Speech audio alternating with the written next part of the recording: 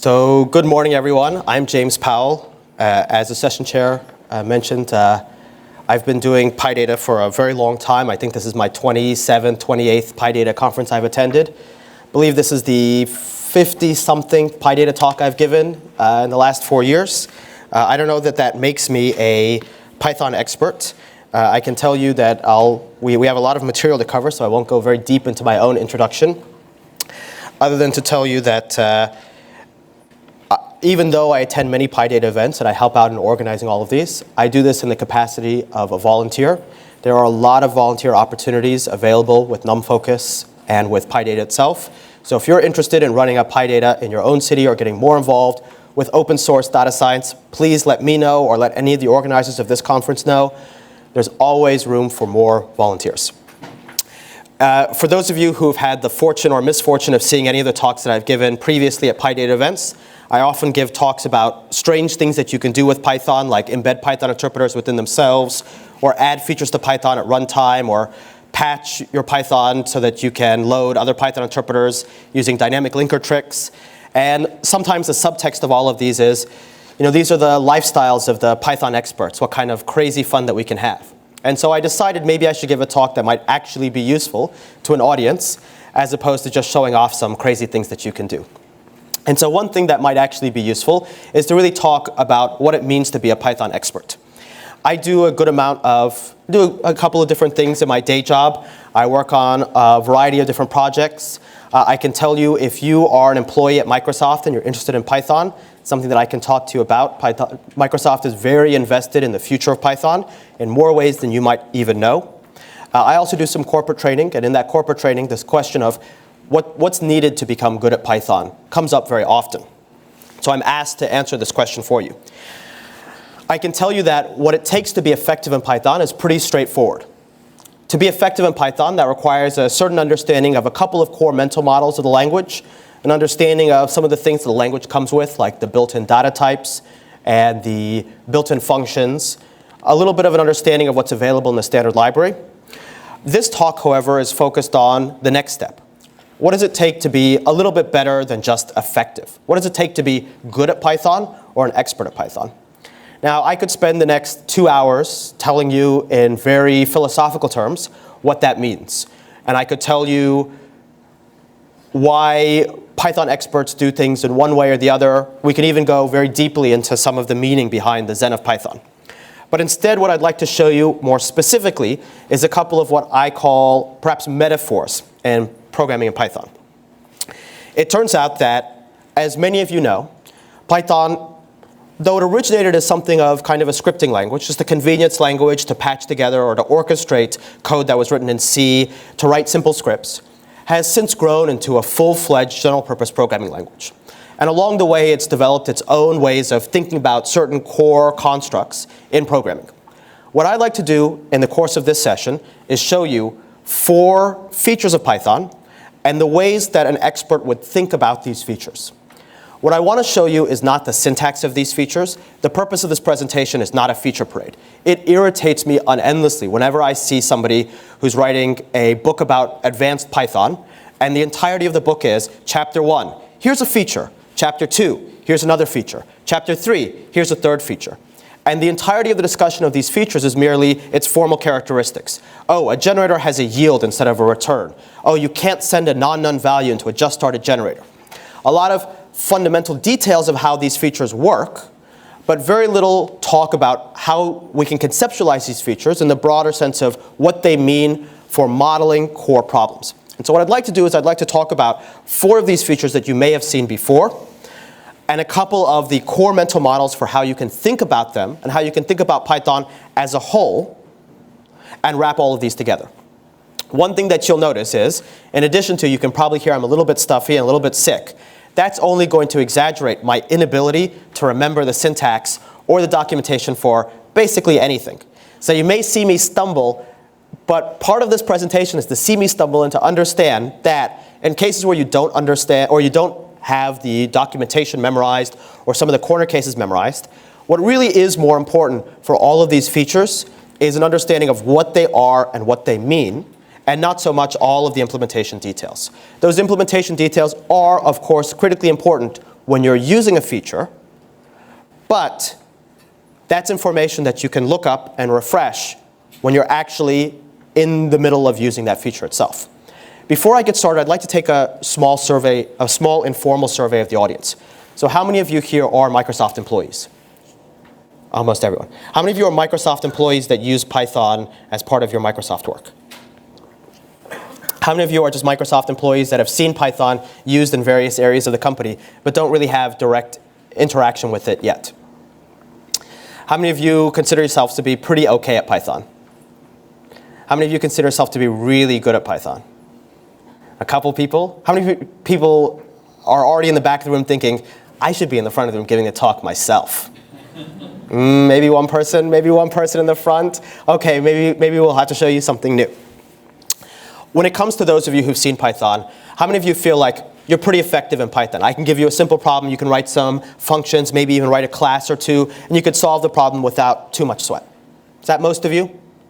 How many of you are complete newbies, and you're like, I have no idea how to even get started with Python? Okay, for those of you who are complete newbies, you may struggle a little bit. Part of this talk does presume a baseline of understanding of Python.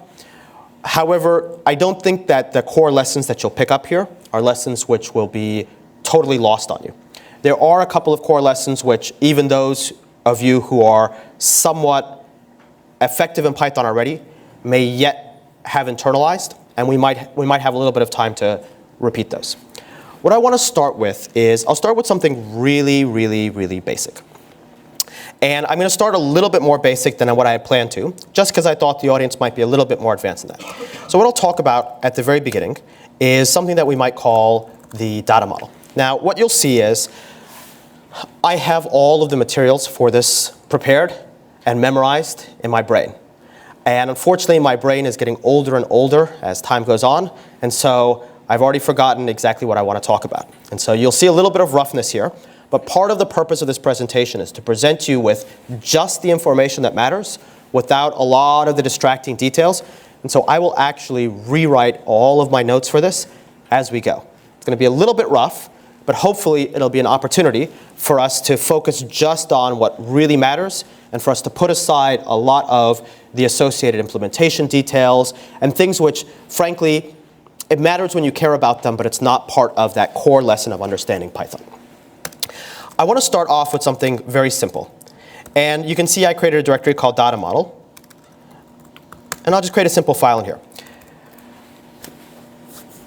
I want to create a class. And we're going to do all of this. Everything in this course will be, or everything in this session will be in Python 3.6. It'll be in Python 3.6 just for my own convenience, just so that I don't have to worry about all the details that might differ between Python 2 and Python 3. There's no particular reason why I choose Python 3 versus Python 2 for the purposes of what I'm going to show you, other than it's the Python that I happen to use, and it's the Python that happens to be, there's some political reasons behind why Python 2 or 3, but even skipping that, it's just for my own convenience, it's just to simplify things. So let's start with something very simple. I have some class. I want to do some kind of mathematical operation. I have some piece of software I write, and I have some class here that represents a polynomial. Some simple, linear polynomial with various coefficients, and I want to represent it as a Python object. And so I start with some code that looks like this, right? Class polynomial doesn't have anything interesting in it. And I can create two polynomials very simply.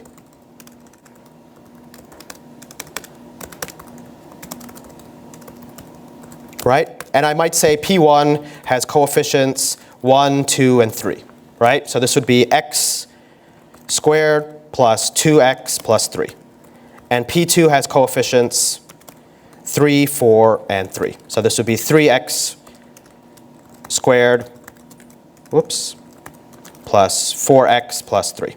Okay? And I want to be able to do some simple things that we did in math class with these. I want to be able to add them. I want to be able to subtract them. I want to be able to figure out some details of them. The very first thing, for those of you who are relatively effective Python programmers, is you're going to look at this and you're going to say, why on earth did he write that in 4 lines when he could have written it in 2 lines? Why did I write this in 4 lines here when I could have written it in 2 lines? How would I compact my code here? So instead of constructing my 2 polynomials and then initializing the coefficients, I could initialize them all together. What would I do? I'm trying to get you to give me a little bit of feedback here. So what would I do? What am I missing here? My class has nothing in its body. What is it missing to allow me to do this a little bit more conveniently? A little bit louder for me. I need an init method. And so the very first thing when some of you look at this is you say, hold on, you're wasting our time here. You probably want to have an init method that looks something like this. So you can write these lines much more tersely. And you don't have to have 4 lines when 2 lines would do. All right? So now we're happy. Whoops. So now we're happy. Now, if I run my code, and I'll split my screen, shrink this a little bit, and I'll maybe print out, actually I'll do this. So I'll run my code, and I have P1 and P2. And then somebody else looks at this and says, oh my goodness, printing out to the screen, that looks so ugly. What am I missing here? I'm missing another method. What am I missing? I'm missing a method that corresponds to what happens when I call this function at the top level repr to figure out the representation of my Python object. Yes or no? Yes. So what method do I implement up here?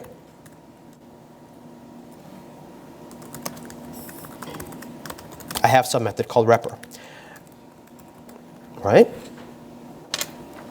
So I have some method here that returns a string that gives me the information, gives me a printable representation of this class to the screen. And so I'll make this very easy, like that. And so I'll run my code again, and we'll see, oh, there we go. Those are our 2 polynomials. Pretty straightforward. And we could make this print out a little bit prettier. We could see the x squared and the x and the constant term if we wanted to. But you can see this is a lot easier than just seeing the name of the class and its memory location. And we can continue down this exercise. Because the next thing I want to be able to do is I want to be able to add these together. And when I add them together, nothing happens. Python gives me an error. Unsupported operand types for plus, polynomial, and polynomial. But that doesn't make any sense. I know I can add polynomials. I did it all the time when I was in high school. How do I tell Python how to add polynomials? I have another method called add. And in my add method, I might return a brand new polynomial where I just give it all of self.coeffs, other .coeffs, where I just zip together and add each of the individual items. So when I run that in my script here, P1 plus P2, it gives me a polynomial with 4x squared plus 6x plus 6. Now, what's the pattern that we see evolving here? For those of you who, off the top of your head, you didn't remember which of the underscore functions there are, for those of you who haven't ever seen these underscore functions before, you've begun to see some pattern. And what is that pattern? I have some behavior that I want to implement, and I write some underscore function. Some function that begins with 2 underscores and ends with 2 underscores. And for those of you who are Python programmers already, you might be familiar with these underscore functions. You might call them dunder methods or double underscore methods. Or if you find that word abhorrent, as I do, you might call it by a different name, data model methods. And you might say it's an absolutely absurd thing to call these data model methods. That's so many more syllables than dunder methods. But there's a reason I call them data model methods, which is, and I don't think I have internet access, but maybe I do. Oh, I do. If you Google for data model in Python, the very first or second link, depending on whether you use Bing, Google, or DuckDuckGo, will be a piece of documentation here that tells you all of these methods and what they do. But the pattern is a little bit more interesting than that. It's more than just having all of these methods on a single piece of documentation. It is that whenever we want to implement some behavior in Python, we want to tell Python, for this arbitrary object, do this behavior. Give me something that is a printable representation for this object. Perform some notion of addition for this object. We always see this common pattern. And the pattern is as follows. There is a top-level function or some top-level syntax. and there's a corresponding underscore function. The exact arguments that that underscore function takes will be determined by whatever you find on this documentation page here. The default names of the arguments you can pick up off this documentation here. So for add, I called it self and other. That's just the conventional names for this. What each of these actually do, you can read from the documentation. But there's something more fundamental here. There's a pattern. When I want to add two objects, I implement add. When I want to initialize an object, I implement init. When I want to tell Python what to do, when you call repr on an object, I implement repr. We know in Python there's a function called len. It gives you some notion of the size of an object. What would it make sense for the size of a polynomial to be? What might that notion be? Any thoughts? The degree, right? The highest degree. So we want to implement this notion of size on this polynomial. How do we actually implement it? What's the name of the underscore function we have to implement? The one hint is there's usually a very close correspondence here. So what would it be here? Len. If we wanted the exact arguments and any of the caveats for how this needs to be implemented, we could look at documentation. There isn't anything special in the case of len. And we just return something like len of coefficients. So this would tell us the size of the polynomial in terms of its degree. And you can see these are both degree 3 polynomials. The pattern that we see is as follows. The Python data model is a means by which you can implement protocols. Those protocols have some abstract meaning depending on the object itself. In the case of a polynomial, to add them means whatever that meant in math class. In the case of a polynomial, to find its size means whatever that would make sense for the case of a math class. So it may make sense for us to know what the size of this polynomial is in terms of its highest degree.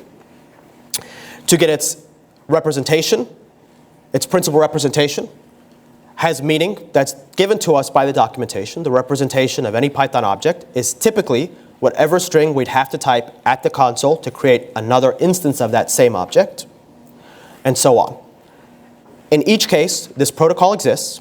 There is some underscore method that implements that protocol.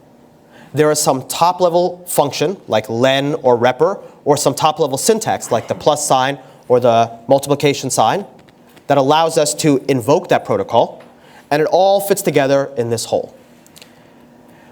We can think of this as a protocol in the sense that, like many protocols, when we implement something like len, we do that by delegating back to the protocol itself. So notice len is implemented in terms of len being called on a constituent object.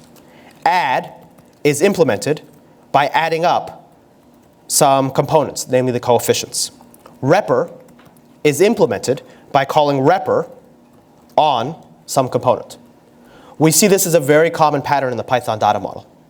Every time we want to implement some custom behavior on a Python object, we do it by implementing an underscore function, which ties to some top-level syntax or some top-level function, and we implement it in terms of that thing itself.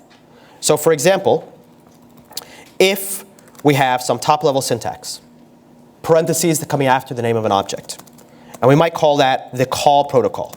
We'd implement it by implementing the function called call. We could look at the documentation to see any caveats or any special things we have to keep in mind when we implement that. In the case of a polynomial, this may not make a lot of sense.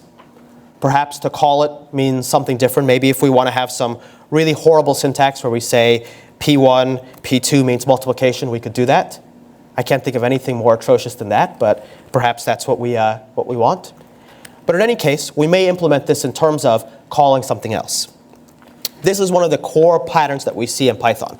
This is probably one of the very first patterns that you'd see as a novice Python programmer. In fact, when you look at object orientation in Python, there are 3 core patterns that you'd have to understand to really understand object orientation in Python. This is one of them, the protocol view of Python. The second one is the built-in inheritance protocol and how it works, where you go on a Python object to look for things. And the third one is some caveats around how object orientation in Python works. That's where I wanted to start off with. And for those of you who are just kind of on that level of being effective in Python, these are the kind of patterns that I would encourage you to look out for as you learn Python. I want to go much deeper than this. And I want to jump into a very tricky metaphor using a feature which you may have heard of and you may have been warned against, something you may have seen kind of along the margins when you're using some library. If you do anything with web programming and you use Django, you may have seen this in the ORM, or you may have heard people whispering about this one feature. And I want to bring up this feature for you. I want to show you that it has a very clear and concise meaning, just to illustrate how powerful these mental models are for understanding Python itself and for driving expertise. So let's shelve this for a second. Let's shelve this idea of Python having a protocol-oriented data model. And let's look into a new feature. I'll create a new directory called Metaclasses, and we'll talk about metaclasses for a bit. Now, the gist of this tutorial is actually leading you towards 3 features which are far more common and far more interesting than metaclasses, namely decorators, generators, and context managers. There is a reason I want to start you off with metaclasses. It's a feature that everybody is warned against using. They're told it's magical, it makes no sense, it's totally the most complicated thing in the world, when in reality, it is the case of a feature where if you understand what the feature is really about, it is very clear and very obvious for why and when you use it. And it's something that you can kind of shelve away in your mind as, oh, this feature does this, this is why I want to use it, I don't need to use it all the time. So let me show you what a metaclass, or what metaclasses are really about. And I'll show this to you for an example. Now here's an opportunity for you to try something, because I think you'll really appreciate this example if you try. Actually, let me do this in a different way. Library.py. So I have 2 files here. And I want you to actually try this. And I want you to remember, I want you to pretend that there are 2 groups working on some one piece of software. One group is a core infrastructure group, and they write library code. And the other group is a developer group, and they write user code. The developer group takes the library code that somebody else wrote, and they use that library code to accomplish actual business objectives. The core infrastructure group gets paid a lot of money to accomplish no actual business objectives, but to provide library software that the rest of us can use. Isn't that the story of tech companies? Which team would you rather work on? Nobody has any opinion whatsoever. I'd rather work on the user team because I think that's where some of the more exciting work is. And you're a lot closer where the money is actually being made, so that can't hurt. But some people like to be on the core infrastructure team because they think that the technical problems are often much more interesting than some particular business unit's problem around not getting data in the right format or who knows what. Let's say that this library provides classes. And these classes are expected to be subclassed in the user code. So I'll create a class here called base. And I'll create a class here called derived, that derives from base.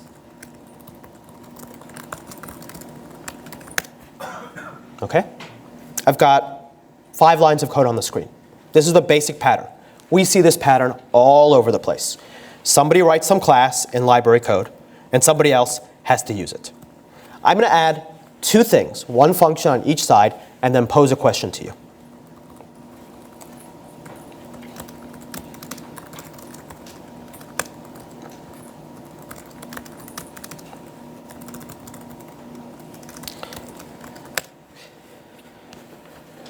Let's pretend you exist on the right-hand side of the screen. You write user code. You cannot write or alter or modify or in any way touch the code on the left-hand side of the screen. You can use it, but you can't change it. It's library code. You don't have source code access to it. Even if you did, this is being deployed in some environment where any local changes you made wouldn't be preserved. Maybe in the deployment environment, this is pulled down from NuGet or somewhere else. So you have no way to change the code on the left-hand side of the screen. Your only control is code that you can write on the right-hand side of the screen. Where could the code on the right-hand side of the screen break? Very simply, where could this function break? If there is no foo method, exactly. What can you do in your code to make sure that at least, at the very minimum, if the person who writes the library code removes that foo method, your code fails, not at runtime, but at any point earlier than runtime. One very simple thing you could do is you could write a test that just calls bar on your derived class. Very simple thing. And make sure you run your test before you deploy, and you'll see the code fail sometime before it hits the runtime production environment. That's one thing you could do. Anything simpler you can think of. Take a minute and just try and think. Is there anything simpler you could add to this code to just make sure that this code has the ability to fail before it hits the runtime production environment? Doesn't have to, there's not really that same concept of compile time in Python as there is in other languages. But anything you can think of where you could just save yourself a little bit of effort if those core infrastructure meatheads accidentally screw something up and keep you going. You know, I was on a team.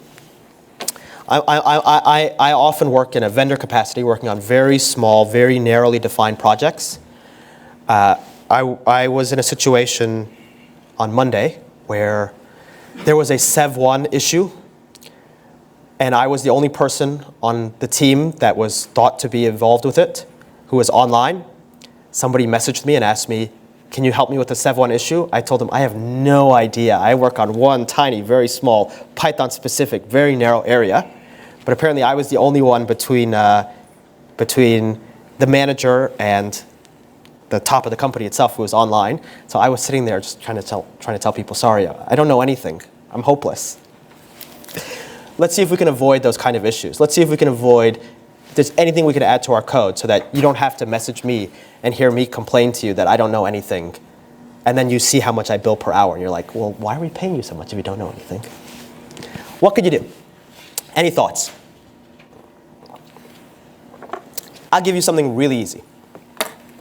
Really easy.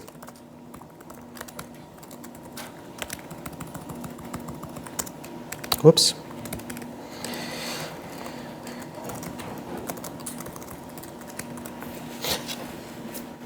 What does this do? What's happening here? Here, I check to see that that method exists. If the method doesn't exist, I assert. The code will fail. So all I have to do is make sure all of my modules can be imported, which does not require a runtime environment. I just import everything. If, for some reason, they broke this method here, they gave it a different name, they called it food instead, I would see this code fail before this class is ever defined, and I'd get exactly what I wanted. I'd have some early warning that this had broken. What we can see in general is that what I'm trying to do here is enforce a constraint. I'm having the user level enforce some constraint on the library level. In other words, the derived class is enforcing a constraint on the base class. The derived class is saying, hey, the base class has to have these characteristics in order for me to run and be happy. And if it doesn't have these characteristics, in this particular case, if it doesn't have this method implemented, I'm going to fail loudly and I won't run. So that's pretty straightforward. Actually, that was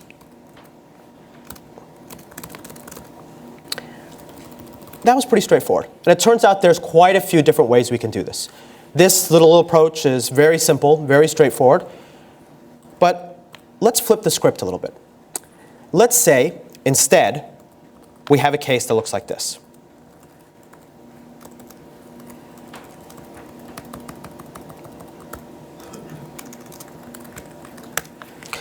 Let's say now you're the core infrastructure writer, and you have to deal with those meatheads in the business unit actually using your code and abusing your code and misusing your code. They have no idea what they're doing. And you write your base class under the assumption that some responsible developer in the business unit will go and implement this bar method, because if they don't, everything falls apart. Now, in this example, you exist on the left-hand side of the screen, not on the right-hand side of the screen. You have no ability to change the code on the right-hand side of the screen. Even though you may be higher up in the technical organization, you have no idea where this right-hand user code even sits. Your only ability is to put out library code for people to consume. You have no idea who's even using your code. Even if you could see their code, you might not be able to fix it. Let's ask a separate question, but a very similar question to what we had before. Sitting on the left-hand side of the screen, how do you make sure that the user on the right-hand side of the screen doesn't screw up? How do you make sure that, in this case, that bar method is in fact implemented? Because if it's not, your code breaks, and they're going to blame you. They're going to call this foo method. They're going to see in the traceback that foo method is in your file, and they're going to blame you for getting this wrong. So how do you work the other way? How do you make sure they don't screw up? We can't do the same thing. We can't say assert has attr derived bar. This doesn't make sense on the left-hand side of the screen. We'd have to move that to the right-hand side of the screen, but we're not allowed to touch the code on the right-hand side of the screen. So what do? Any thoughts? Turns out there are about 3 common answers to this. One of them is metaclasses. There's 2 other answers. Any thoughts? Try catch. Where do we put the try catch? Try the return and then catch. We could do try here. That would be fine, except this will only occur at runtime. So if we try catch here, it's not really any different than just running this function and seeing the error. We'll still only see the error at runtime. We won't be able to catch it before that code hits production on July 3rd, and then they're calling me up to ask me to help out. And I'm like, I have no clue about. They're like, you're on a team that's involved with Azure security. And I'll say, I have no clue anything about Azure security. True story. It really happens. What can we do? Well, if we think about that very first example, we can see that our data model example actually goes much deeper than just that. And the reason that we could call Python a protocol-oriented language is not just because the Python data model, the object model, is protocol-oriented, but that the entire Python language itself has a notion of hooks and protocols and safety valves within it. I want to show you something kind of interesting. One thing that a lot of people who come to Python from other languages don't realize is that Python is a much simpler language than you might appreciate. For those of you who are originally C++ or Java programmers, you have a mental model in your head for how programming languages like those work. And you have that mental model split between some compile time steps and some runtime steps. And in that compile time step, there's an enormous amount of complexity. If you look at all the different optimizations that the Visual Studio compiler can perform on code, there's an enormous amount of complexity there. Python, it turns out, is a much, much simpler language. Python code runs from top to bottom linearly, and almost everything that you see in Python, almost every statement that you see in Python, with the exception of 2 of them, are actually executable runtime code. In C++ or Java, a class statement is not executable code. In C++, it definitely is an executable code.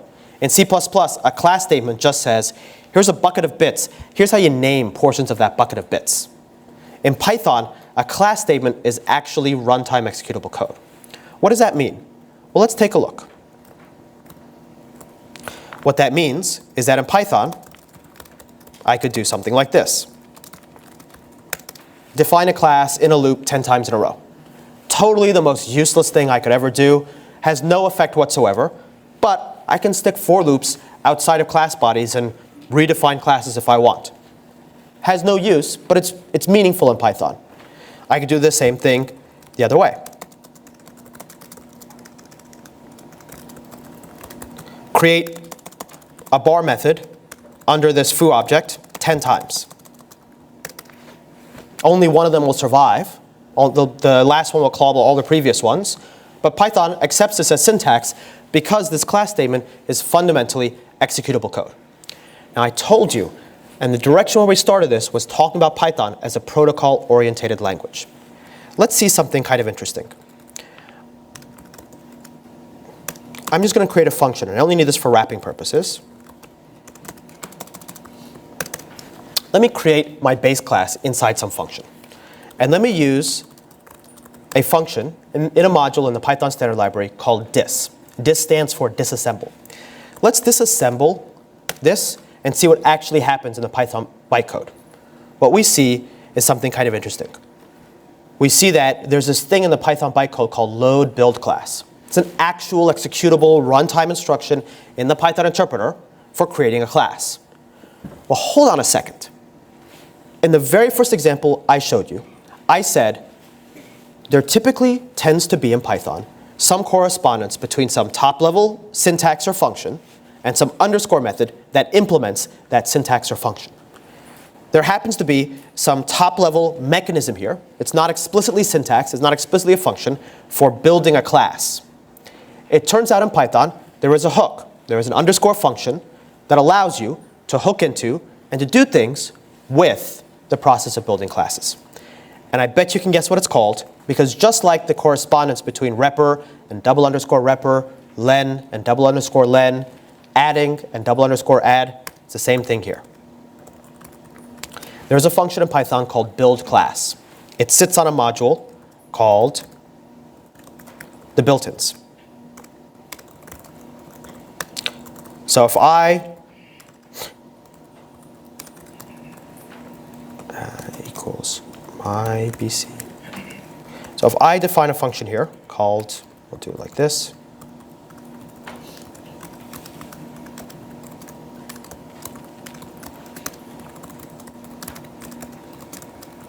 If I do this, I'll capture the original build class.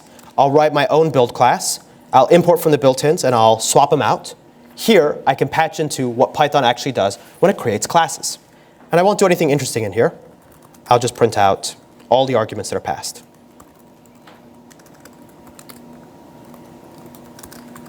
OK? And so let's run our Python script one more time. Python-i user.py. Whoops. And you can see, here's the class that was created. In fact, you can even see I caught another class that was being built. That was probably being built somewhere in the interactive interpreter itself. But the most important one that you can see is I actually can actually catch the building of this class. And you can see there's some interesting things that I'm passed. I'm passed the name of the class, I'm passed its bases, and I'm passed a function, and I'm passed no other arguments. Well, what I can do, now that I can see the class that I'm building, is I could hook into this, and I could do something with it, right? I could add my assert here. I could say if the actual arguments for this are, and this is where I can't remember them, the function, the name, and the bases. Function, the name, and the bases. And I could say if the base, actually it's the base, if the base is equal to this base here, or if it's actually this actual base object,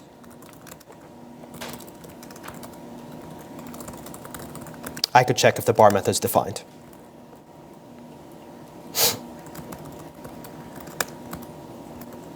And when I run this, you can see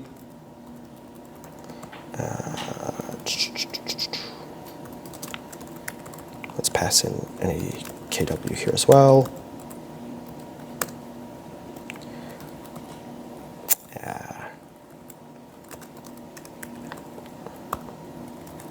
Which arguments does it take? 1, 2. Oh, the third one's optional.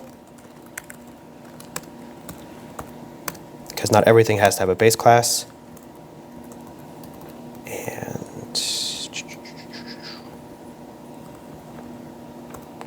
And who cares really? This is a little, this one, you can see I struggle with this one a little bit because we don't typically do this. We say if base is not none.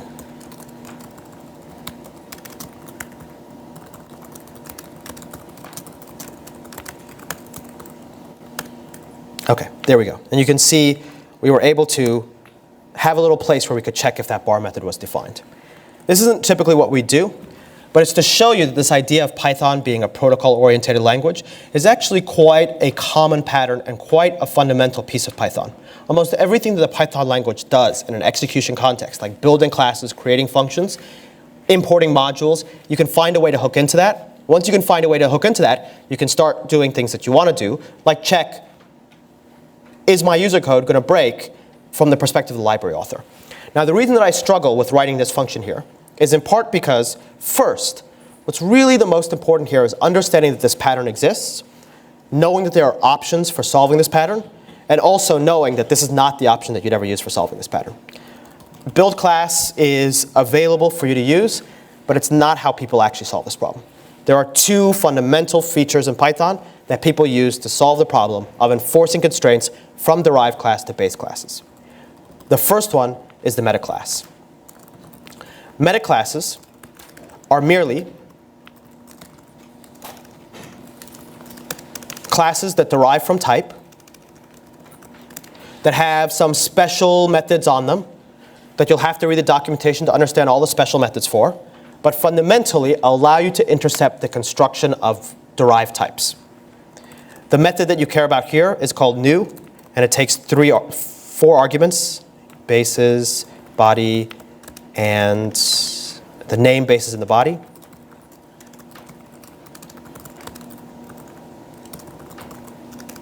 And we'll see where it gives us an opportunity to actually perform our check.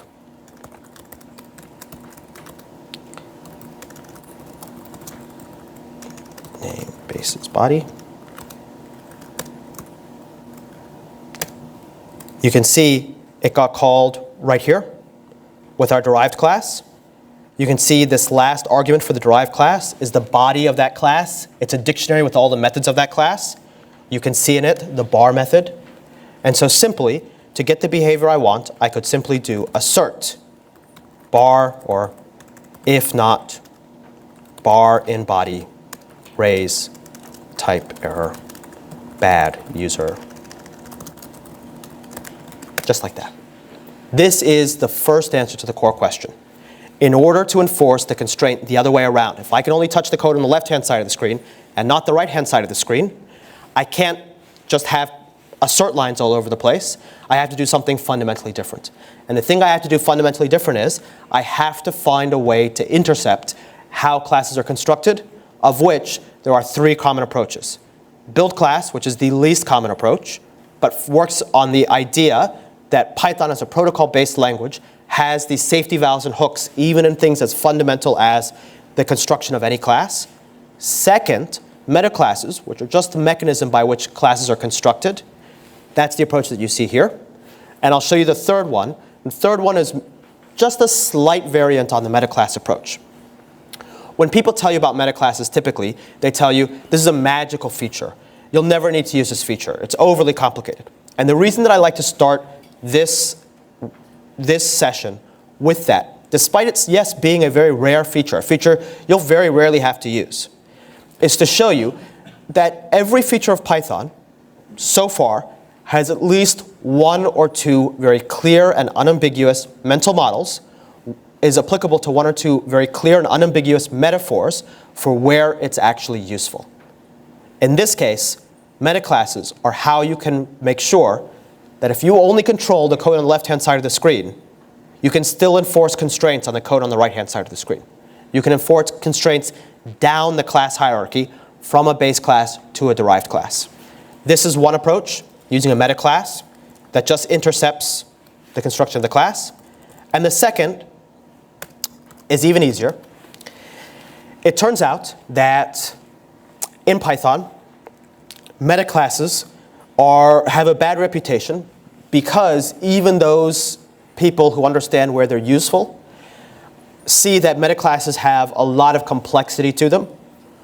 Part of what I haven't told you at all is any of the syntax of the metaclass or any of the arguments they take or any of the details for how the class hierarchy fits together, because all of that doesn't really matter. When you need to know that information, you'll go look up and find that information. But unless you know why you want to use a metaclass in the first place, it doesn't matter how many details of the feature you need to know. Once you understand where and why you need to use the feature, then the rest of it are just details you'll look up. When you start looking up those details, you'll see that in many of the features I show you, the story isn't that easy. There's always caveats, there's always catches. And one of the catches is this metaclass feature is very clumsy to use. And so in Python 3.6, a new feature was used, or a new feature was added called init subclass. And init subclass, I think it goes here, just gives you a method that allows you to hook into when a subclass of some class is being initialized. And that's it. And I think it goes here. Let's find out. If Brett were here, he could tell you exactly where it goes.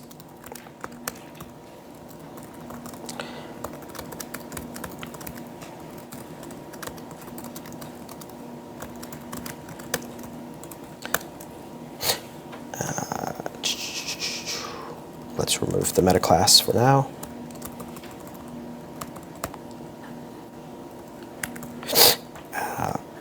And we'll do one thing, if name.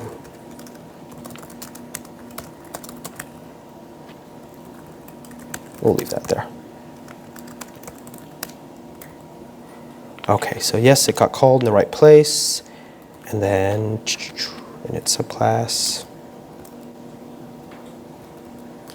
OK. Yeah. So this gets called with the self. So the other approach we do is as follows.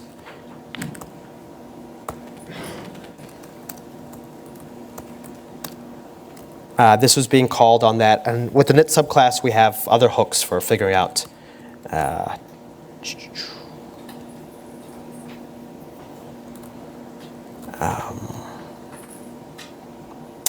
This one would come in init subclass. You have to remember what arguments it takes, but you can look into it. Really, frankly, it does not matter that much. So this is my simple story about metaclasses. Metaclasses are a feature that we're often told that are an expert level feature. You're not supposed to ever use them. You should shy away from them. You should cover your eyes before you read code that includes metaclasses. And it simply isn't that. It simply is that for all of these advanced features, there's usually one or two very clear metaphors to understand what that feature is all about. And once you understand what that feature is all about, there's a lot of details you need to read through in documentation. That's the approach I want to take for the remaining 3 features I want to show you. The next feature is a very simple feature called decorators. I'm sure some of you have already seen this feature.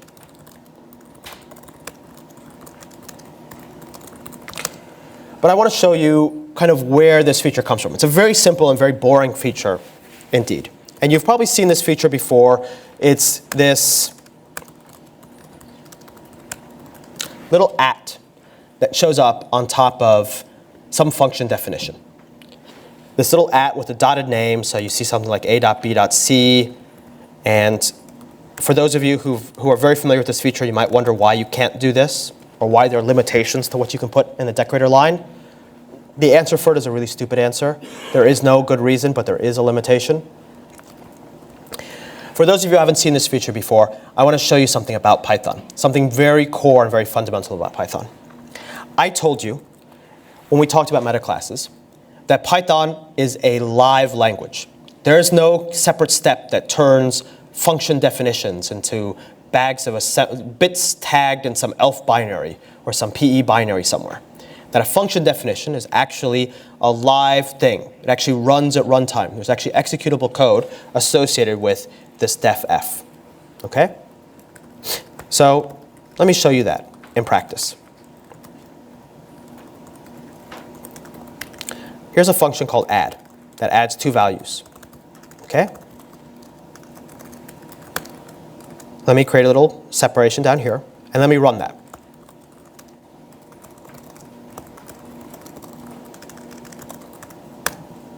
And here I have my function add, and I can add 2 values.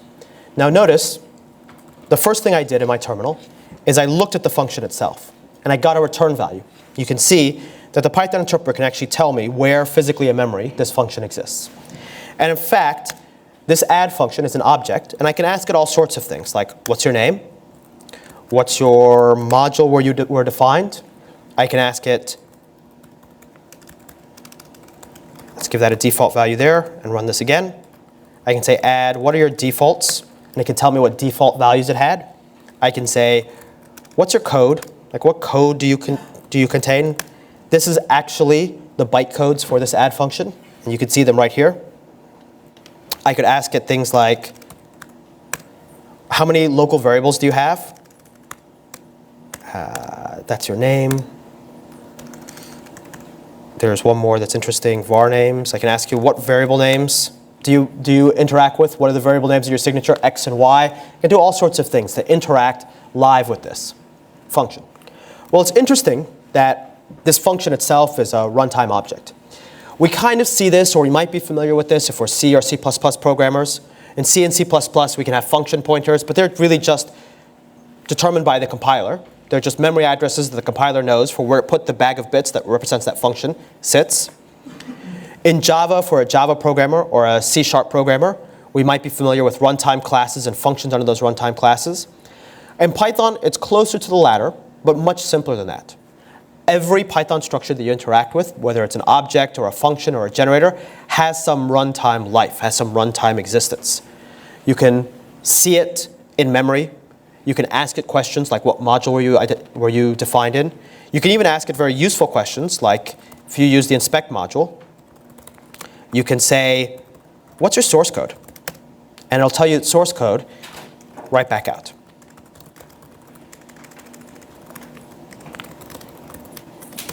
So you can see, you can ask the function to give it source code, and it'll give you its source code right back. You can ask it, what file are you in? And it'll tell you what file it was defined in. You can ask it what module you're defined in, or I think get line. You can you can ask it what line number it was defined on. You can ask it all sorts of important questions. Well, there's something interesting that you can also do. Let's say that I have some code here that calls my add function. Maybe it's part of some testing code, or maybe it's some code part of some application.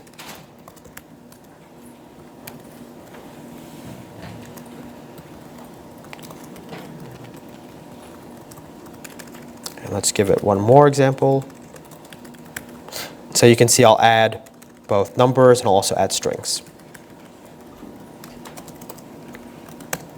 Okay? Simple enough. Let's say that I want to change my code very slightly. Let's say for some reason this add function isn't quite doing what I want. Or maybe it's doing what I want, but I need to do something like time how long it takes to run. Because for some reason, some of these are much slower than other things. It takes a lot of time to run. I want to time it. And so what are my options? Well, I know in the time module, there's a time function.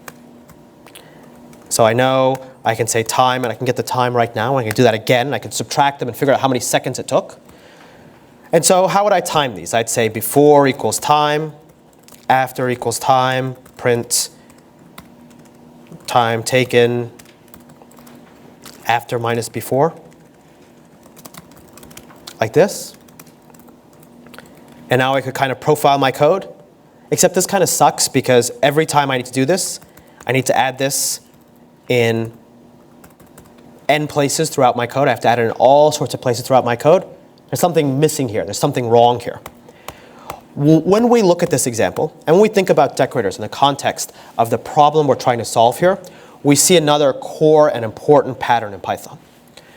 The Python developers really don't want you to be here today because it's the 5th of July, and they'd rather you be home with your family, spending time with them. I'm very happy that you're here today in this session, and I hope you're enjoying yourself so far. But what I mean by saying the Python core developers don't want you to be here is this. Given the option between writing an absolutely complete, forward-compatible, absolutely perfect solution to a given problem and writing the simplest, stupidest, quickest thing that gets the job done, the core developers of the Python language would rather that you write the simplest, stupidest, quickest thing to get the job done and go home and spend the rest of the day with your family. And the reason that you know that that's true is that when you look throughout the Python programming language, there are a number of examples of cases where you can write the simplest and stupidest thing to get the job done. And when the task at hand becomes harder or more complex or the requirements change, you can change your code in a very simple fashion to linearly extend its functionality without having to rewrite everything from scratch. This is a fundamental difference between writing code in Python and writing code in a language like C++. In C++, there is a lot of upfront design that you need to do in order to be effective. And if you make a mistake in something in your upfront design in C++, you're going to be rewriting a lot of code down the line. Whereas in Python, we'll see a number of different features are orientated around how do we write the simplest thing today, and then when the problem gets a little bit harder, we have an avenue for making our code a little bit more complex. Here we can see a bad example of that. Because in the case where I want the code to be a little bit more complex, I wanted to capture the timings for how long this function took, in addition to the function output, I've made my code substantially more complex. I've added a lot of garbage and I've rewritten a lot of stuff. And you can think the ratio of library code here to user code here, it's usually a lot more user code than library code. It's the whole point of writing library code in the first place. And so, to have to have to add code in 3 different places instead of 1 place makes for something pretty gnarly. So the first thing that you might say is, well, I could add that code in just 1 place. I could say something like this. Capture my return value and do the time before and the time after. Print it out here.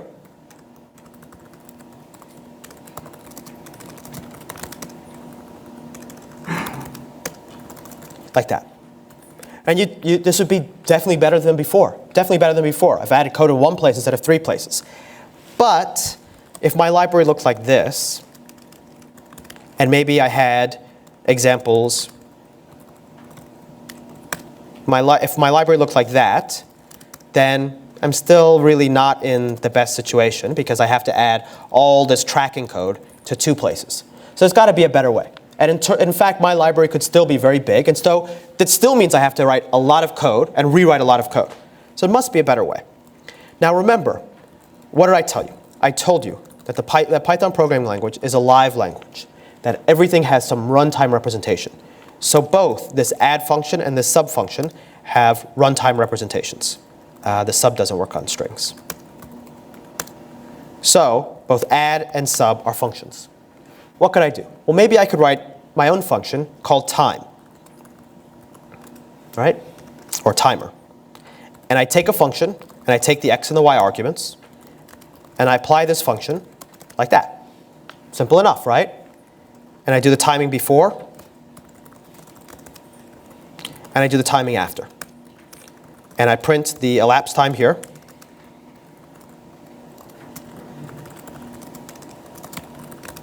And I return the return value. OK? Now, I would just have to change these lines of code slightly. I have to change that from a parentheses to a comma, and so on, as long as I could account for the default value. And I have to change each one of these lines as follows. This is a little bit better. Not that much better, but a little bit better. I'll change the first 3, and we'll see it at work. So you can see from time, import time. Let's make this a little bit smaller so it all fits on the screen at the same time. And you can see these 3 were timed, the rest weren't. That's still not that much better. I can still do better. Well, remember that everything happens live in the Python programming language. So couldn't I just create a new function here? Couldn't I define a new function here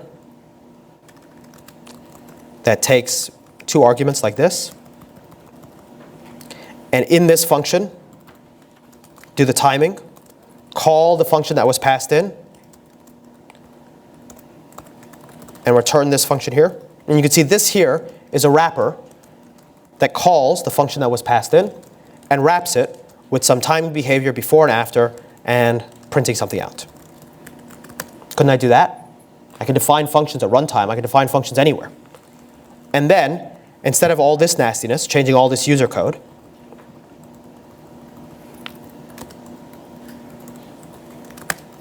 I could just say add equals timer of add, and sub equals timer of sub. And you can see it added that behavior across everything. And you can see when I do that, what I'm doing is I'm taking one function, I'm wrapping it with some behavior. I'm taking one aspect or one piece of core or common functionality, and I'm wrapping a bunch of different functions in a really simple fashion. And all I'm doing is I'm creating a new function that takes the original function and wraps it with a little bit of behavior before and after. And that's it. And it turns out that Python wants to make this a little bit easier for you because this pattern of something equals call a function on that original thing, that exists. And that's what a decorator is in Python. A decorator is merely syntax that's equivalent to the line that says this. Sub equals timer of sub. That's all it is. It's syntax that then fits into the ability to dynamically construct a function to wrap this behavior. So this is what our final example would look like. We would have started with code that looked like this. We would have had to add only the timer code and then 2 decorators. And we'd be able to very easily slip in this extra functionality we want without having to rewrite all this user code ourselves. That's the core of what a decorator in Python is. At its core, it is very simple syntax to just allow you to write an ugly pattern, sub equals timer of sub, in a slightly nicer way, in a slightly nicer place at the top. But fundamentally, it's about allowing you to take this wrapping behavior for functions and to wrap wide swaths of functions in one fashion without having to rewrite a lot of user code or having to even perform a lot of churn on your library code. That's what a decorator is. Go ahead. So when you have particular parameter pass on So one of the problems here, I think you're identifying, here I hard-coded the parameters, right? And I even hard-coded the default. The real answer is this is where we use star args and star quarks. Now, this decorator works on any function that takes any arbitrary set of positional and keyword parameters and just forwards them on. And so now this will work to wrap any function with any set of defaults in any fashion. This is part of why star args and star quarks are so powerful.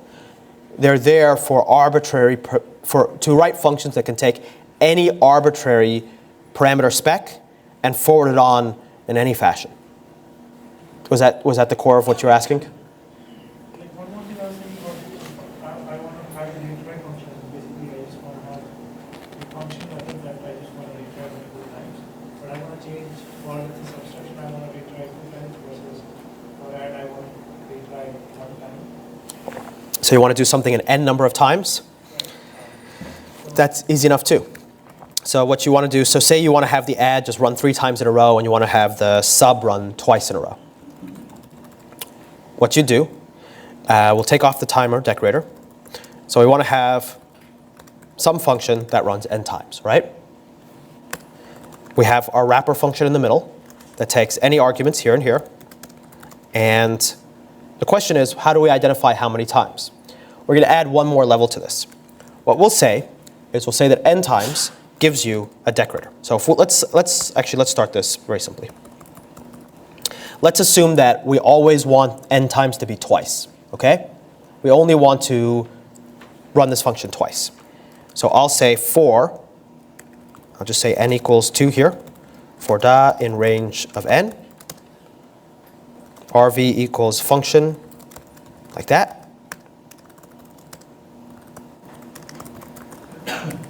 Okay? So here's our wrapper. It'll just call the function twice, capture the value twice, and return it. And return our wrapper, and then we can apply this here and here. Now we won't see this really happen. We won't see the results here, but if we wanted to, you could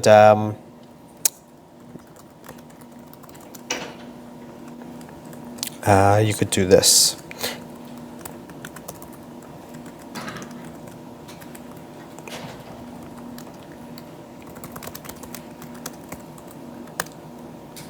So you can see it ran add twice here, sub twice there. Now you want to generalize this because you don't want to run it just 2 times, you want to run it some number of times. Well, why can't we just wrap this in another function that takes the n and just return this. Like that, right? And so now this is a function that takes how many times? These are what they call higher order decorators. Really not that interesting or that important. It's a fairly simplistic extension of the idea, which is if you can return if you can have a function that returns a function, then you can have a function that returns a function where that inner function then returns another function. Ad infinitum, going as deep as you want to solve whatever problem you want. There is a very important core concept that is hidden in here, which is what you might call the closure-object duality. It's not something that we have time to look at in this session, but it is a very important duality in Python, but it's not one of the topics that we can look at. But just to show you this in practice, you can see this got called twice, this got called 5 times. So you can write your own ntimes decorator very easily as well. And the core of it is just the idea that you start with the wrapper.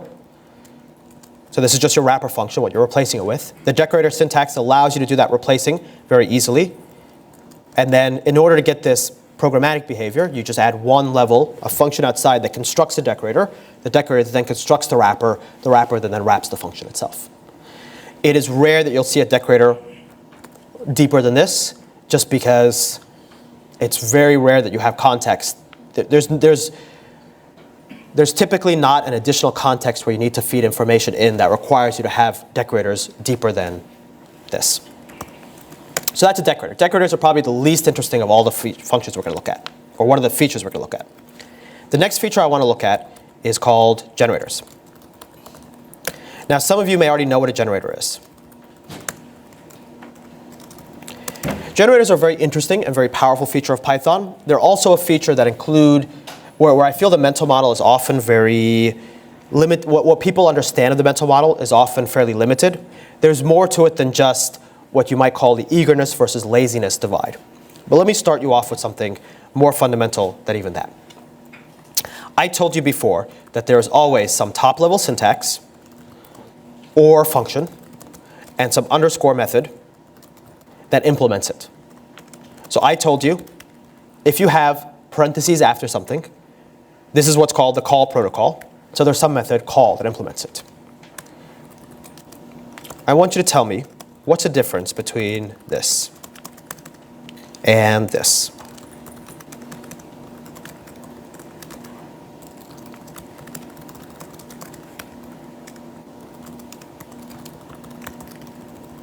What's the difference between add 1 and add 2?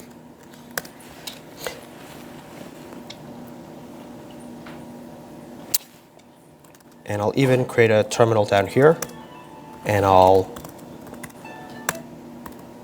add 1 adds 2 numbers, add 2 adds 2 numbers. From the outside, what's the difference between these two? You wouldn't, unless you started peeking inside, unless you started saying, what are you? Add 1. Oh, you're a function. What are you? Add 2. So you started peeking on the inside. Oh, you're a class. You wouldn't be able to tell the difference. Functionally, there's no way for you to distinguish between the two. In fact, add 1 behind the scenes looks very similar to add 2. It's just that syntactically, it's a whole hell of a lot easier to write. So from the perspective of actually writing the code, you're always going to want to do it this way. Now, there is a fundamental difference, which is if you wanted to start adding some stateful behavior, like this,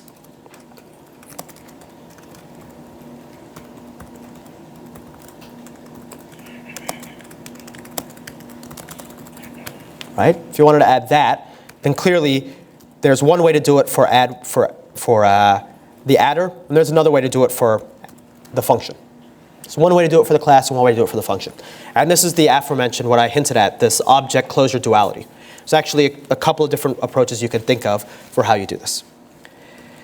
The core idea here is that fundamentally there is some very nice syntax and then some object model that everything kind of sits in. And this is closer to what the object model itself looks like. You can think that add 1 is some object that kind of looks something like this, although we'll remove the statefulness stuff, just so that the two examples are at parity. Let's think about this in a different way. Let's think about some function that takes a lot of time to do something, right? Maybe a function that goes off and performs network requests. And it needs to load data from a database. What would that function look like? Well, it might have the resulting rows, and it might say, while db.read rows.append something. Now, this will be a little bit tricky for us to actually demo. So we'll do a couple of simplifications just to make this code look, kind of mimic what long-running computational code looks like, but without actually having to use any fancy libraries. So let's say what we have instead is we have some code, and it just sleeps for a half a second every time it provides a return value. And the return value will just be a number from 0 to 9.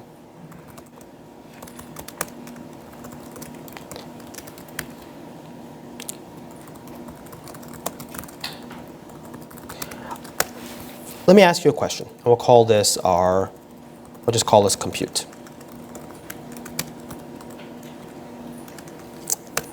Whoops. When I call compute, how long does it take to run?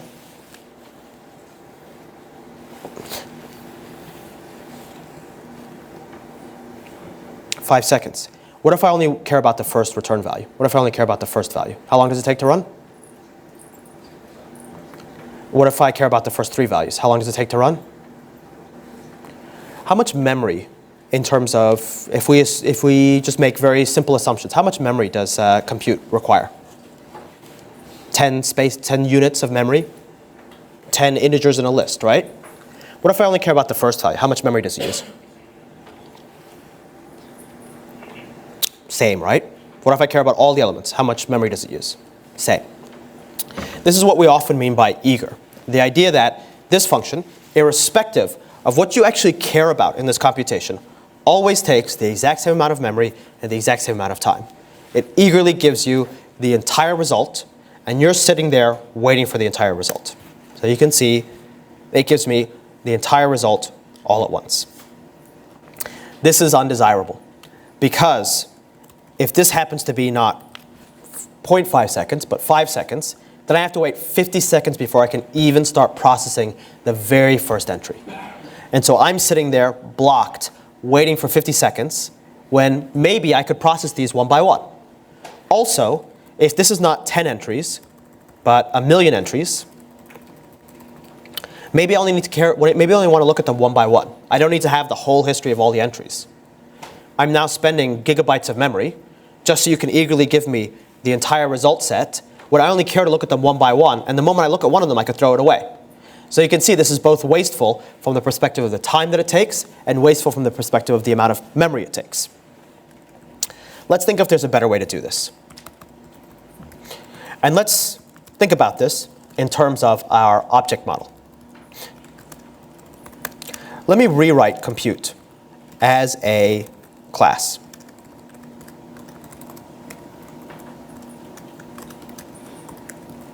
So it doesn't take any arguments, and I'll just dump this stuff underneath. Nothing very interesting here, but more or less does the exact same thing, really no difference between the two versions. So I haven't gained anything here. I haven't gained anything by feeding it into my object model. That said, I've kind of seen this pattern before. I've seen this pattern of I only want one element at a time, and I'm going to get each element. And as I get each element, I'll process it and maybe throw it away. It's a basic looping construct. In fact, I see it even here in this looping construct here. I don't get the entire list at once. I only get each one individual element of the list. And one thing that we might know is that in Python, we see top-level syntax or top-level functions has some corresponding underscore methods that implement it. If I told you that there's a pattern, if I told you that there's some syntax for x and xs, and I told you that this syntax actually looks like this, more or less under the covers,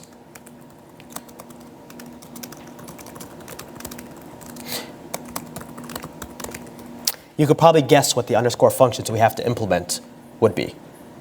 They'd correspond to these two top-level functions here and here. They'd be iter, and they'd be next. So what that means is we can take a class in Python, we can add an iter and a next method, and suddenly that class can be iterated over. Well, in the process of that iteration, what could we do? Well, anything arbitrarily, including perform a long computation. So what we could do, and what the iter method actually needs to return, you'll find out when you read the documentation. It's not that important. We'll just return self. The next method just gives you each next method that you iterate over. Well, instead of putting the computation in this eager call method, what if I did this? What if I have the iter method say the last number I looked at was 0, and I do this. I say self.last plus equals 1. If self.last is greater than, and we'll limit this loop back to 10, just to keep our lives sane. It's greater than 10. Raise stop iteration.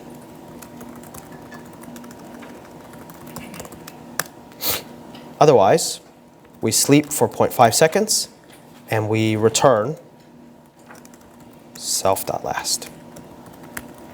And we'll actually do, this will be slightly different, so we'll do it like this.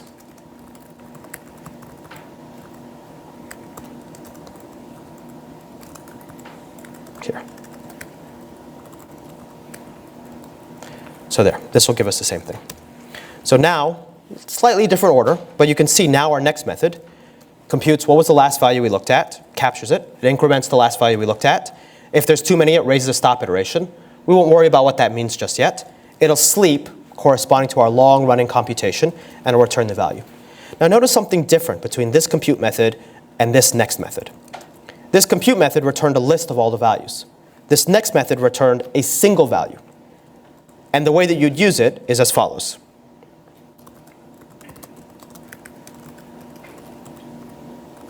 You just print it out. You'd loop over and print it out. And we'll actually see that here in practice. You can see it's computing each value one at a time. And in this loop here, you can do something you want with it, like print it out. It still takes 50 seconds in total to print out the whole thing. But you only pay for, or it still takes 5 seconds in total to print out the whole thing, but you only have to pay for 1 unit of computation before you can start using that value. And it no longer requires 10 units of memory, because there's no storage anymore. Notice, here, there's no storage, and here, there's no list, there's no storage. Well, this really looks ugly, and this is really hard to read. Just like this looks really ugly, and this is really hard to read, and there's a much simpler way to write it, a much simpler formal expression for how to write functions. There's a much simpler way to write a function that operates in this fashion. And that's what the generator syntax is. The generator syntax is merely something that looks like this.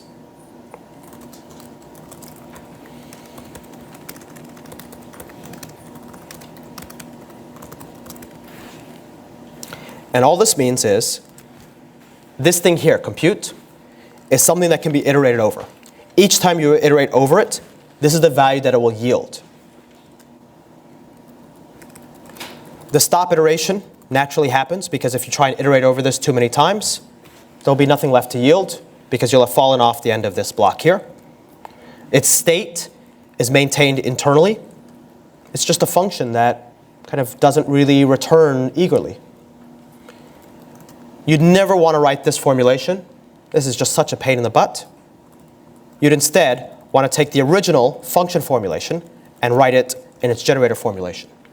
When you look at the function formulation, the generator formulation, and you squint your eyes, you can see all the same pieces in the same places.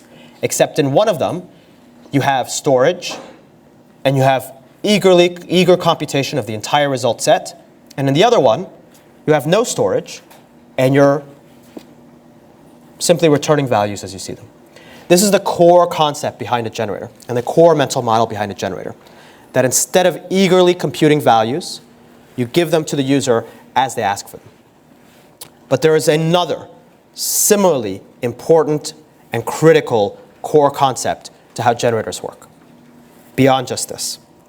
And that's what I want to show you leading up into our last example. We have all seen APIs that look like this. Run this first. We've all seen APIs that look like this, which have methods that indicate the order in which you have to run functions. If you don't run this first, everything blows up. If you don't run this last, everything blows up. And in the documentation, they tell you, please run this method, then this method, then this method, because if you do it in any other order, all hell breaks loose. Unfortunately, this API is kind of lying to you, because nothing stops you from being a dunderhead, so I don't like the word dunder, and doing this.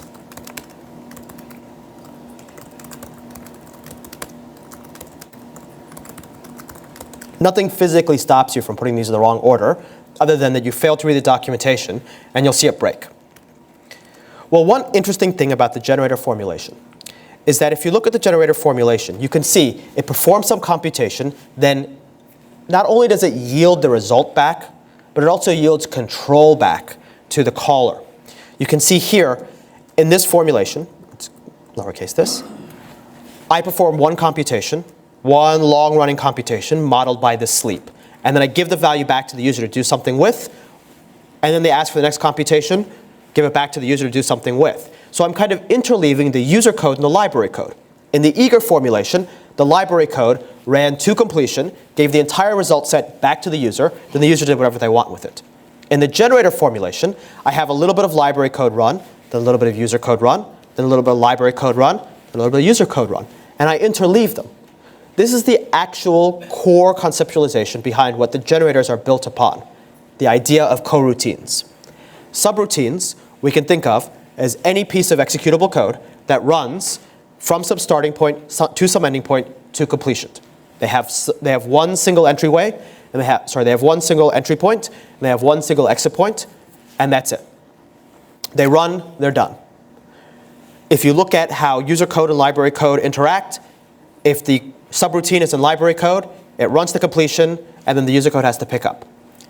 For the generator, or the coroutine, you enter the generator, and as you ask for values, the generator runs, but you can have this nice interleaving, where some user code runs, asks the generator for a value, the generator runs its code, yields back to the user code does whatever it wants, goes back to the generator, asks for another value, and so on. So you have this interleaving of the two pieces of your code, the user code and the library code.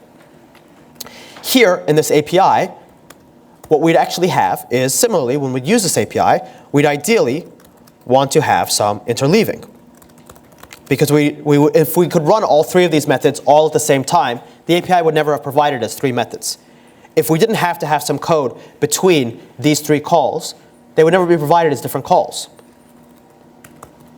If they could all be done at once, we would just have one method here called doIt that just calls first, second, and last, and make sure that we can't screw this up. So the reason that the API gives us these three pieces split into three parts is because they specifically intend us to interleave code. They just want to make sure we interleave code in a fixed sequencing, in a fixed order. Well, let's think about this. If I wrote this as a generator, we could do that interleaving while maintaining the sequencing. And this, I would say, is maybe even a more critical mental model for generators than this eager versus lazy divide.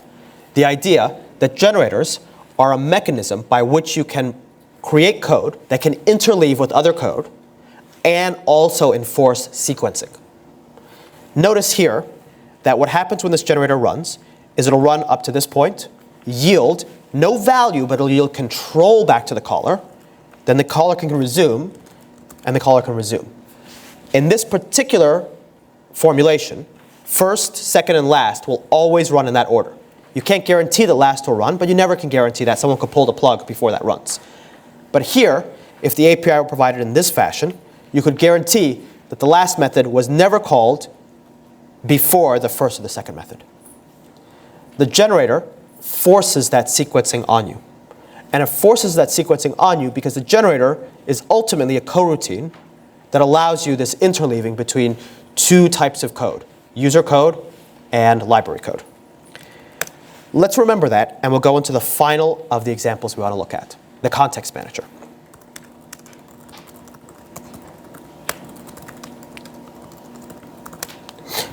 Context managers are a very, very simple metaphor, and a common metaphor you see all over the place.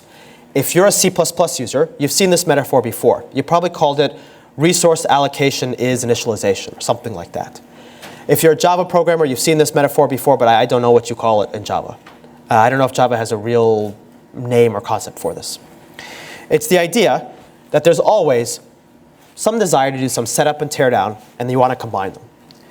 If you're a Python programmer, and you've done even very introductory stuff with Python, you've seen a context manager before. And it looks something like this. It's the most basic context manager that you've seen before. You open some file. And the reason you use a context manager here is that there's some corresponding setup and teardown. If you open the file, you got to close the file. This is especially true on Windows, because on Linux, file locks are a little bit less aggressive. On Windows, if you don't close the file, you might not be able to delete it later. This is especially true if perhaps this file is backed by some storage where it's not necessarily automatically flushed, if there's some I/O buffering. Because definitely, if you open the file and you write to it, you want to make sure those are flushed to disk in case the program terminates at some point with unflushed I/O buffers. You might lose things that you intended to be written to disk. But fundamentally, there is this metaphor here, this idea that we have some setup action and some teardown action, some initial action and some final action, and we want to match them together. Let me show you an example of that. It goes beyond files, but it can go even into things like SQLite databases. So in SQLite, we have these file-backed databases. The connect method is actually a context manager itself.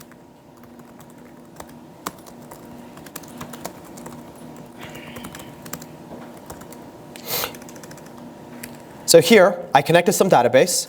I have some cursor on that database. And let me just do this. And I could do some statement. So I could do something like create table points, x int, y int. I have some statement to execute a table. Maybe insert some things into this table.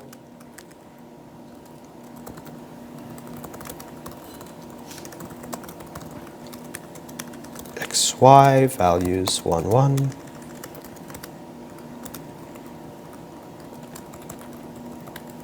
There we go. And then I have some statement where I could select from this.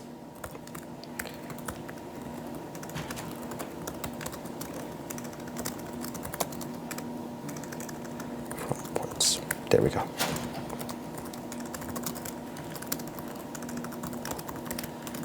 And then we could commit this.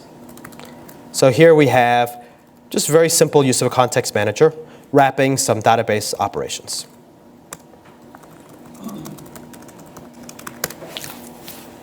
And what is it? It's not cur.commit. We don't need that, actually. And what we'll do is we also want to make sure that we drop our table when we're done.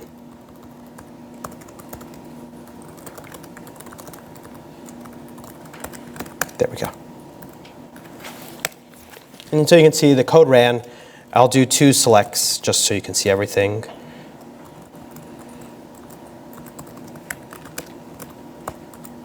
And you can see our code ran. Now you can see that the idea of there being some setup and teardown action is pretty clear with the opening and closing of the database, right? Obviously, if we open the database and we write to it, we want to close it. But there's another setup and teardown action that you might not see here. See if you can spot it.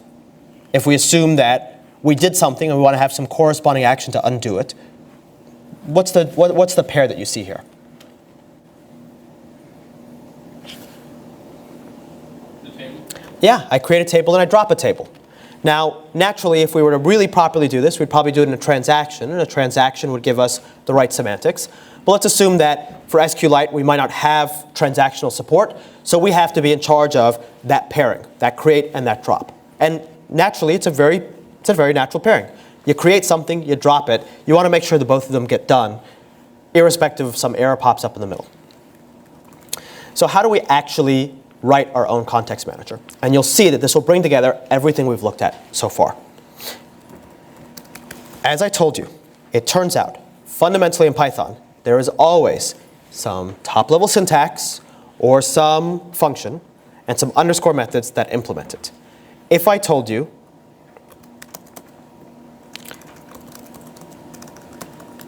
let's write it like this. ttx as x. If I told you that behind the scenes, this actually looked like the following. X equals ctx, enter. Try, finally.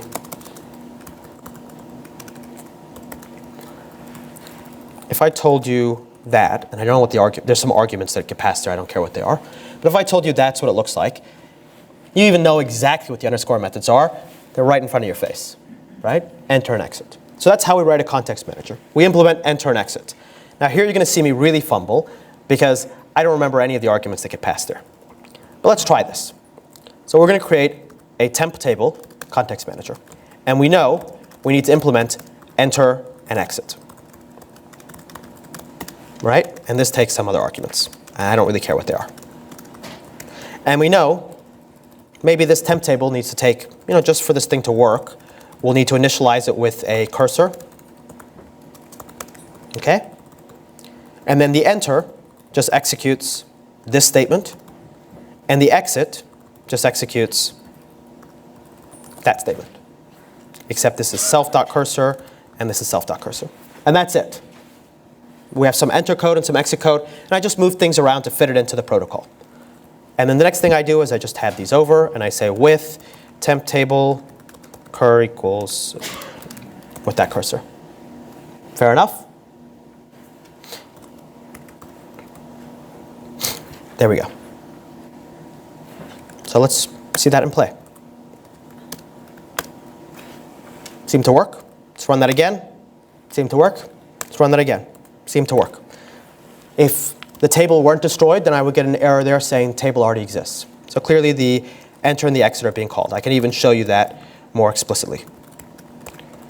This seems really, really uninteresting. So where is he going with this? I wonder. See, there's the enter and the exit. Pretty straightforward.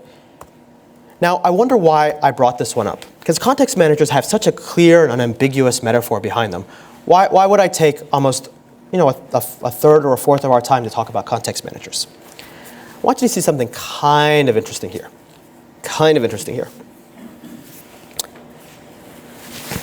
Can the exit be called before the enter? Should it? Nope. So the enter should always be called before the exit, right? What does that tell you? There's some sequencing. What does that suggest to you?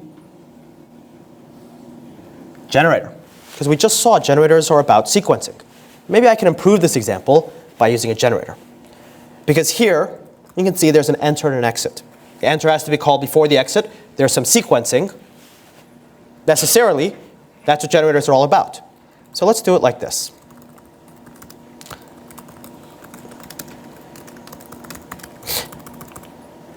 Let's move this up here. Let's move this down up here. We'll put a yield in between the two. And here we'll just say temp table. We'll call this a context manager. We'll say temp table self.cursor.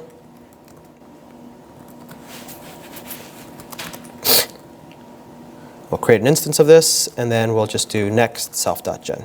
I think that'll work.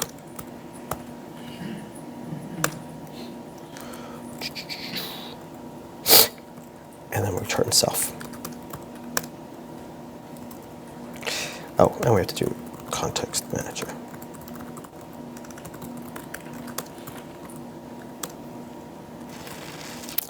We have to do another next in here.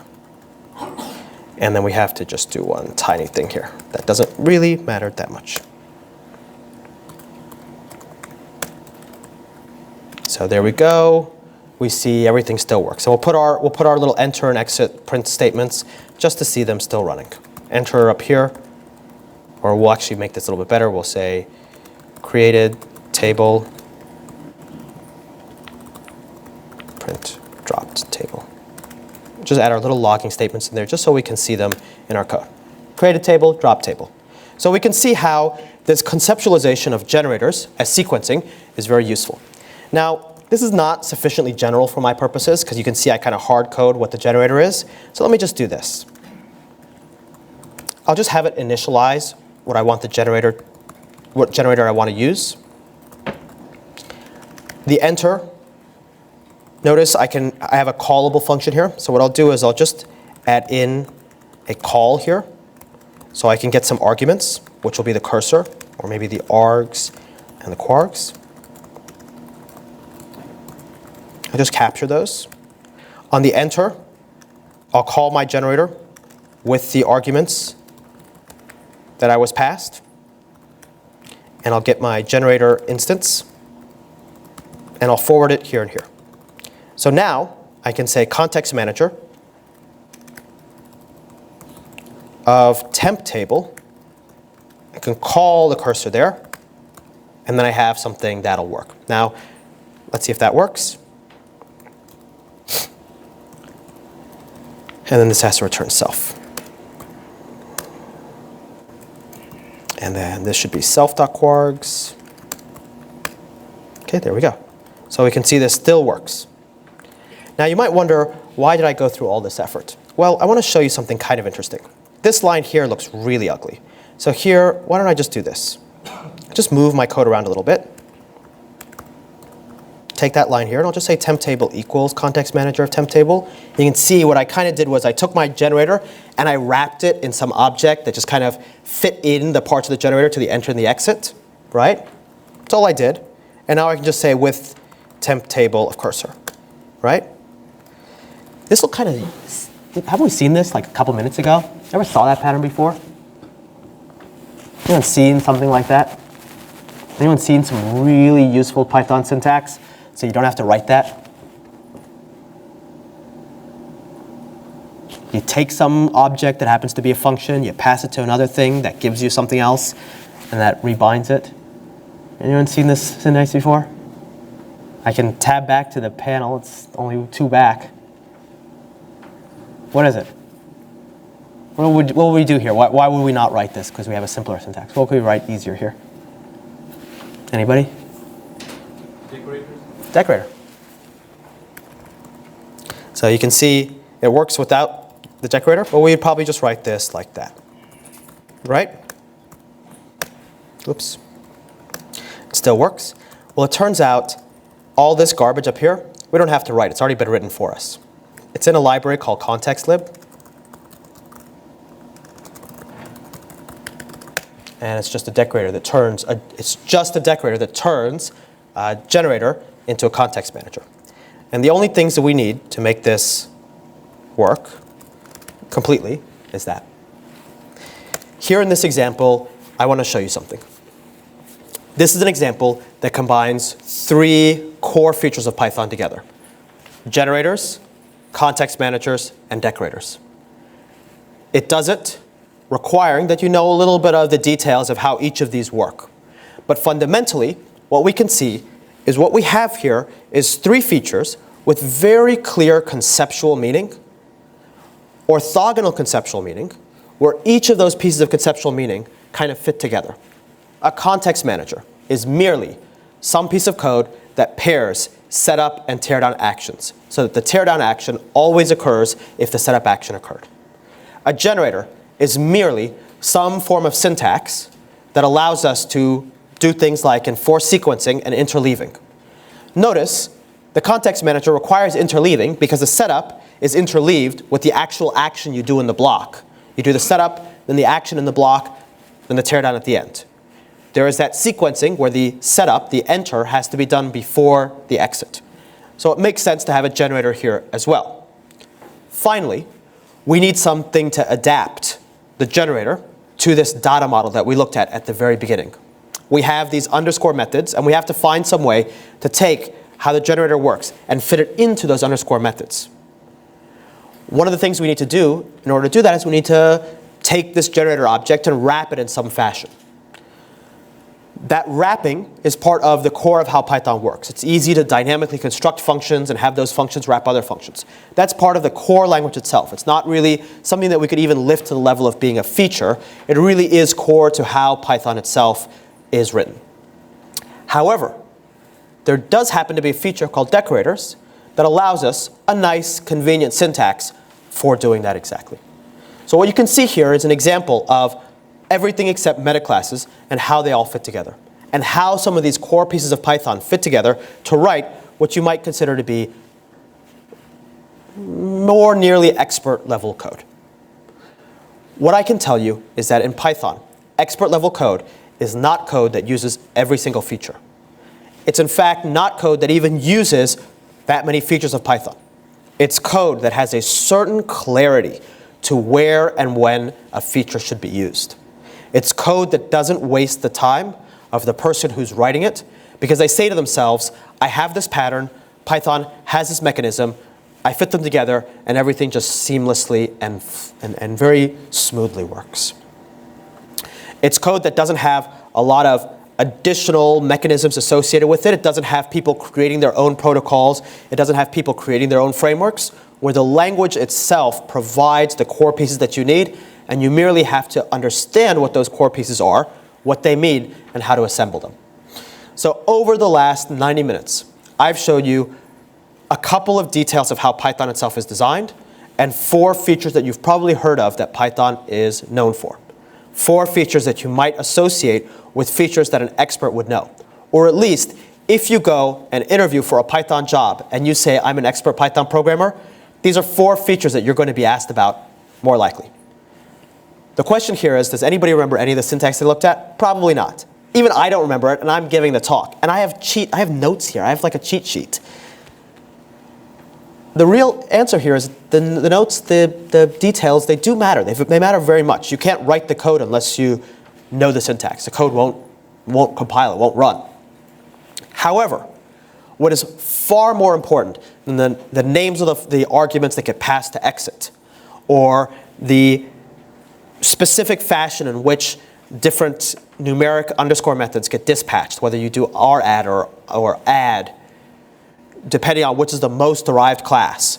All of those details are actually secondary to a core conceptual understanding of what these features mean. So what I can tell you as the real lessons from this session are as follows. Python is a language orientated around protocols. There's some behavior, some syntax, some bytecode, or some top-level function. And there's a way for you to tell Python how to implement that on an arbitrary object via underscore methods. That exact correspondence is usually guessable, but if you can't guess it, Google Python data model, and you'll find all the different methods and all of the caveats of their use. Python is a very simplistic language in terms of its execution model. Code runs from top to bottom, and things which would not be executable statements in other languages, like class statements and function definitions or generator definitions, are actually executable code in Python. Because they're executable code, not only can you do things like hook into them, but you can also do things like define functions within functions based off of runtime data, define classes within functions based off of some runtime information you have. How these impact specific features. Metaclasses. Metaclass is merely some hook into the class construction process. Because classes are constructed at runtime, you can hook code in there, and because you can hook into the creation of subclasses, you can ask the subclass certain questions like, do you have these methods implemented? That's what they do, that's the mechanism, but the meaning behind it is quite simple. You have library code and user code. When you sit on the library author side, how do you make sure the users don't screw up? How do you enforce a constraint from the library code to the user code? Well, all that it takes is some way to hook into the process of how user classes are instantiated. That's merely what the metaclass is. You find that place where you add that hook, you add the check that you want. Oh, make sure that you have the bar method implemented, and you solve the problem. In fact, in the Python standard library, there are regularized solutions to problems like that. In collections.abc, there is an ABC metaclass that allows you to use decorators to mark certain methods as abstract methods so that you don't have to write the metaclass yourself. And you could think, this is a pattern of what the metaclass is doing. In fact, almost every example of a metaclass that you'll see will be this pattern of some base class and some derived class, the base class trying to enforce a constraint on the derived class. It's almost every pattern of the metaclass that you'll see where that metaclass is justified. Of course, you can misuse them and do all sorts of crazy things. You can use them in places where it doesn't make any sense. But in the justified uses of the metaclass, that's what it's all about. For the decorator, it really isn't anything that interesting. Just a little bit of syntax to allow you to write one line of code a little bit nicer. To take one line of code that you'd write after your function definition and put it above your function definition. But it hooks into this idea in Python that everything gets constructed at runtime, so that when you combine that with the ability to define functions within functions, you can use this in order to wrap sets of functions with some before and after behavior. If you've been around long enough, you might recall this was the whole aspect-orientated idea. But the idea that can I take a function and wrap it with some behavior, such as timing, capturing the time before and capturing the time after, or doing things like authentication or logging, anything where you don't have to go into the function itself, you just wrap the behavior around it. Generators are merely a way to take a single computation that would otherwise run eagerly from the injection of its parameters to the final computation and interleave it with other code by adding yield points where you can yield the intermediate result values or one small piece of the computation and also yield control back to the caller. In that vein, you can think of a generator as being a way to take one long computation and break it up in small parts where the computation can run a small subunit of that computation. Then your user code can step in and do whatever it wants. Maybe it will use a partial value or use one of the first return values. If you're returning a sequence of return values, it might use each of the individual values. And in that fashion, you can have greater control over how much of that computation actually runs. Do you run it all the way to completion, or do you only need to run it to grab the first 5 values you need? You also have greater control over how much memory is used, because the generator can just yield the values back to you, and you can choose which of those return values you want to keep, which of them you want to throw away. Context managers are merely some structure for allowing you to tie 2 actions together, a setup action and a teardown action, and make sure that they always happen in concordance with each other. If the setup action occurs, make sure that teardown action occurs, even if some error happens in the middle.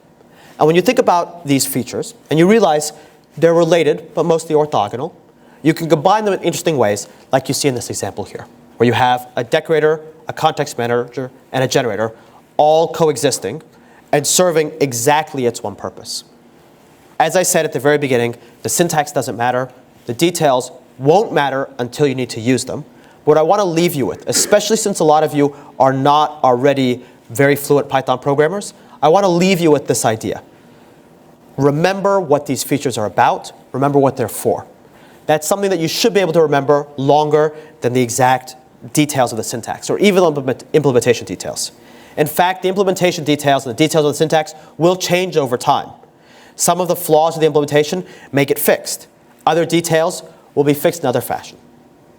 But the core meaning behind these is something that will last and will guide you towards writing expert-level Python code far better than memorizing just a bunch of features ever will.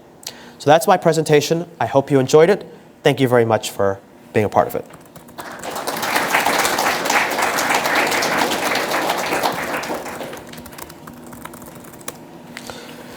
Any questions? In the back? So in the yield context, we always want to see. A little louder, please. So when we use yield or generators, Yeah? everything is happening sequentially. Is it possible to look ahead? Like say I'm running a loop which is doing some computation. And can I use, like when I use yield, it basically continues to do the earlier processing? Yes. So the idea is what you've immediately jumped on is this idea that you can interleave. What you've I think jumped onto is the idea that while I've returned control back to the calling context, can I have the original context keep working? At least like because then it could kind of sit in the background and do some work, and then by the time I go back to the generator, I can go and ask it for some value, and it doesn't have to do anything because it's already in the background done that. Well, yes, you can. You could have the generator start its own thread and maybe do things in its own thread. That's entirely possible. And that wouldn't be part of the generator syntax itself. The generator itself is not intended for interleaving in a concurrency mindset. And so where you see generators used as part of this broader idea of concurrency in Python is that the generator mechanism and its syntax have been further refined in Python 3.6 to this asynchronous coroutine syntax. There are many reasons why strictly simultaneous running Python code is something that has been avoided for a very long time in Python. You must have heard of the global interpreter lock and some of the limitations of the global interpreter lock. Accepting that as a limitation, the approaches that people take in concurrency in Python, where they mean single in-process concurrency, are typically either threads, and they ignore the global interpreter lock, or they just allow for strict interleaving of code where, it's all single process, so it's all single-threaded. One greenlet sleeps while the other one runs, and you don't have strictly concurrently running greenlets. That's closer to your answer, which is generally no, the generator is not for this kind of multi-threaded equivalent approach. It really is for this one runs, then this one runs, then this one runs, then this one runs. And that's considered to be the preferred approach for concurrency in Python, where the concurrency is I/O bound.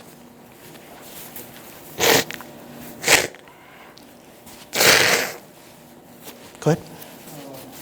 When you were talking about metaclasses, Yeah.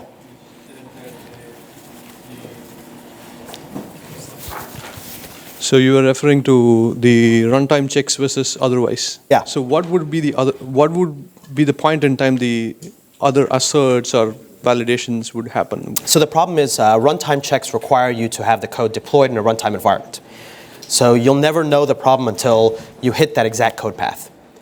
The whole point of this is, can we any sooner than when it hits that code path in a deployed environment, catch the error? Any kind of run, because Python doesn't have a very strong compiler, it has a very small, that compiler doesn't really do a lot, it's going to be very difficult. However, what we can think of is that module import time is an equivalent to compile time in Python. So just being able to import a module is something that we can do before we hit the runtime compile context. We can do it at our laptop, and if the module imports normally, then we can say, okay, this code will be safe in production. All of the checks that we looked at there were checks which we could run by just sitting at our laptop and importing all of our modules. If it worked, we'd say, good to go. Another thing that we could do is maybe run a unit test suite, but that might be one level deeper than these checks. Because you can think the unit test suite is going to take a lot longer to run, and it might have some mocking of data and moving things around. So what we might have is some checks in the file itself, import everything, okay, good to go, then run our unit tests, okay, good to go, deploy it to production, and then hope that somebody's online who knows how to solve the problem when something breaks.